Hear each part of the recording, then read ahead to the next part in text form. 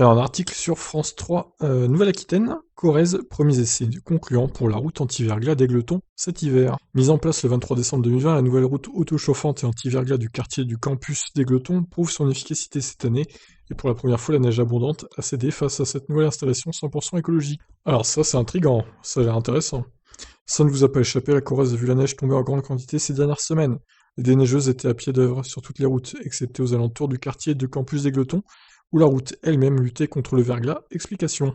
En octobre 2020, l'avenue du Puy-Nègre, dans le quartier du campus d'Égletons, voyait progresser la construction d'un nouveau bijou technologique, une route auto-chauffante et anti-verglas.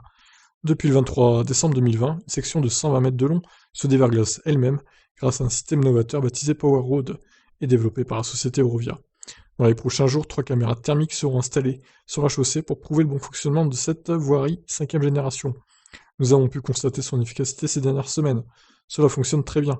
La route est séchée par rapport à la route d'à côté, explique Aurélien Geneste, conducteur des travaux Eurovia. La route est revêtue d'une chaussée bitumeuse où la température peut atteindre jusqu'à 60 degrés en surface, confié Eurovia en 2019, grâce à l'intégration dans les couches supérieures de la chaussée d'une échangeur thermique constitué de tubes en polypropylène, dans lesquels circule un fluide caloporteur qui récupère l'énergie solaire, jusqu'alors inexploitée. Mais c'est génial le concept, franchement. L'énergie stockée dans le sol permet ainsi d'assurer le déneigement et le déverglaçage de la chaussée, limitant ainsi l'usage de sels polluants, sans impact sur l'environnement. Ainsi, l'énergie solaire captée en été est restituée sous forme de chaleur en hiver, et permet l'obtention de routes intactes, même sous la neige, preuve en est sur ce cliché. En France, Eurovia a mis en place moins d'une dizaine de routes de Power Road. Bah écoutez, en tout cas, ça a l'air de bien fonctionner.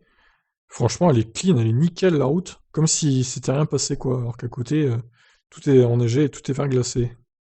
Très très bonne idée, on espère que ce genre de routes vont se généraliser, même si je pense que globalement elles sont plus chères à construire que les routes normales. Mais bon, s'il n'y a pas besoin des saleuses, du coup, c'est quand même un bon point. Et ça peut éviter des accidents. Je vous laisse donc réagir, qu'est-ce que vous en pensez?